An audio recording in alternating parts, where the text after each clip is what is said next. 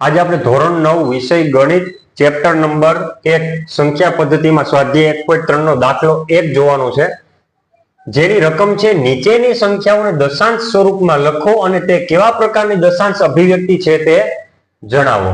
પહેલા તો આપણને જે રકમ આપેલી હશે એને આપણે દશાંશ સ્વરૂપમાં, દશાંશ સ્વરૂપ એટલે કે આપણે છે ને એનો ભાગાકાર કરવાનો અને પોઈન્ટમાં જવાબ લઈ આવવાનો, પોઈન્ટમાં જવાબ લઈ આવવાનો અને પોઈન્ટમાં જવાબ આવી ગયા પછી એટલે કે દશાંશ સ્વરૂપમાં ગોઠવાઈ ગયા પછી આપણે એની દશાંશ અભિવ્યક્તિ કયા પ્રકારની છે આપણે અગાઉ એક વિડીયોમાં જોયું હતું। શાંત છે, અનંત, અનંતમાં પાછા બે ટાઈપ પડતા હતા, અનંત આવૃત અને અનંત અનાવૃત। એમાંથી કોઈ એક સિલેક્ટ થશે અને આમાં જવાબ આવશે। તો જો આમાં શું થાય તો કે 36 ના છેદમાં 100 ભાગાકાર કરવાના બદલે પહેલા તો શું કરાય, બે શૂન્ય ઉડાડાય, બે શૂન્ય છેદમાંથી ઉડે એટલે પોઈન્ટ પછી બે આંકડા રહેવા દેવાના। જો આ છે 36 ના છેદમાં 100, બે શૂન્ય આપણે કાઢીએ ને એટલે પોઈન્ટ પછી બે આંકડા રહેવા દેવાના। જો ત્રણ શૂન્ય કાઢીએ તો પોઈન્ટ પછી ત્રણ આંકડા રહેવા દેવાના। હવે ગોઠવી નાખો 36 અને આગળ કઈ ન હોય તો શું હોય, 0। જવાબ આવી ગયો 0.36। જવાબ શું આવશે આનો, 0.36। ચાલો આ જવાબ તો આવી ગયો, પણ અન્ય એક જવાબ આપણે કયો આપવાનો, આ દશાંશ સ્વરૂપ આવી ગયું પણ એ કેવું છે અભિવ્યક્તિ, શાંત, શાંત દશાંશ અભિવ્યક્તિ છે। કેમ કે પોઈન્ટ પછી આંકડો જે છે ને એ શાંત થઈ જાય છે એટલે શાંત દશાંશ અભિવ્યક્તિ થશે। હવે 1/11 કરીએ, 1/11 તો ભાગાકારમાં 1 ક્યાં આવશે તો કે અંદર અને 11 ક્યાં આવશે તો કે 12। 11 * 11 ભાગ નહીં પડે એટલે પેલા શું આવશે 0 ને અહીં શું આવશે 0 પોઈન્ટ, હજી ભાગ નહીં હાલે એટલે હજી એક શૂન્ય અને અહીંયા ઉપર હજી એક શૂન્ય। હવે જો 11 9 99, 11 9 99, 100 માંથી 99 જાય તો 1।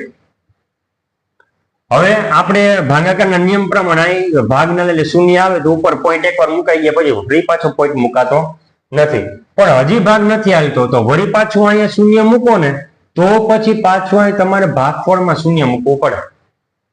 હવે 11 9 99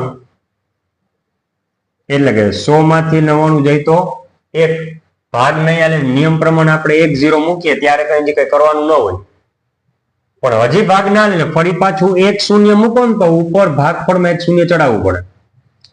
હવે 11 9 99, હવે એટલો દાખલો ઇનફ છે આપણા માટે, કેમ કે આ તો હવે આગળ આવી જવાનું, 100 માંથી 99 જાય તો 1। તો આપણે શું કરી શકીએ, 1/11 બરાબર જવાબ શું આવ્યો, જવાબ આવ્યો 0.090909,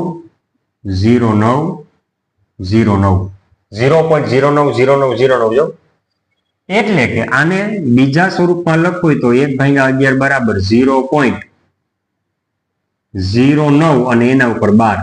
કેમ તો કે કયો આંકડો રિપીટ થાય, 090909, એ આંકડો રિપીટ થાય એટલે એના ઉપર 12 તમારે મૂકી દેવાનું। એટલે આ આપણે છે ને કઈ રીતે દર્શાવ્યું, કઈ દશાંશ સ્વરૂપમાં દર્શાવ્યું કહેવાય। પણ હવે એનો પ્રકાર કયો તો કે જો અનંત છે, આમ હાલ્યું જ જવાનું છે, દાખલો છે ને આગળ હાલ્યો જ જશે જાય એટલે છે તો અનંત, એ તો ખ્યાલ પડી ગયો, કેમ કે દાખલો આગળ હાલ્યો જ જશે, એનો કોઈ અંત જ નથી એટલે અનંત। પણ આપણે એને 12 સ્વરૂપે ગોઠવી શક્યા એટલે આવશે આવૃત, અનંત આવૃત, આ એનો જવાબ, આ અભિવ્યક્તિ થઈ અનંત આવૃત એની અભિવ્યક્તિ થઈ। ક્લિયર? એટલે જો કદાચ આપણે 12 સ્વરૂપે ન ગોઠવી શક્યા હોત ને તો શું આવત, અનંત અનાવૃત આવત, પણ 12 સ્વરૂપે ગોઠવી શકે એટલે આવશે અનંત આવૃત। હવે જો ખાલી એક્સ્ટ્રામાં આપણે જોઈએ 0.09 ને એના ઉપર 12 બરોબર, આવું છે ને મોટું 0.09 એના ઉપર 12, આપણે શોર્ટકટ અજમાવી જોઈએ 0.09 ઉપર 12, 0 છે, 0 પછી પોઈન્ટ છે અને પોઈન્ટ પછી તરત જ 12 આવી ગયો ને તો શોર્ટકટ લાગે, શોર્ટકટ લાગે આમાં 0.9 એમ કેટલા આંકડા ઉપર 12 છે, બે આંકડા ઉપર 12 છે ને તો નીચે કેટલા આવશે 99, એટલે કે 0.9 એટલે 9 ના છેદમાં 99।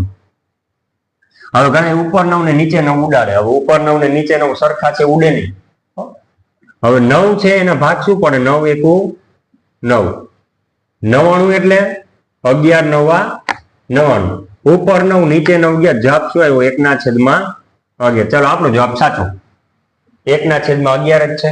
એટલે આ રીતે તમારે જો ચેક કરવું હોય તો તમે કરી શકો, તો તમે ચેક કરી શકો. તો દાખલા નંબર 1 એનો પહેલો અને બીજો આપણે પૂરો કરીએ છીએ.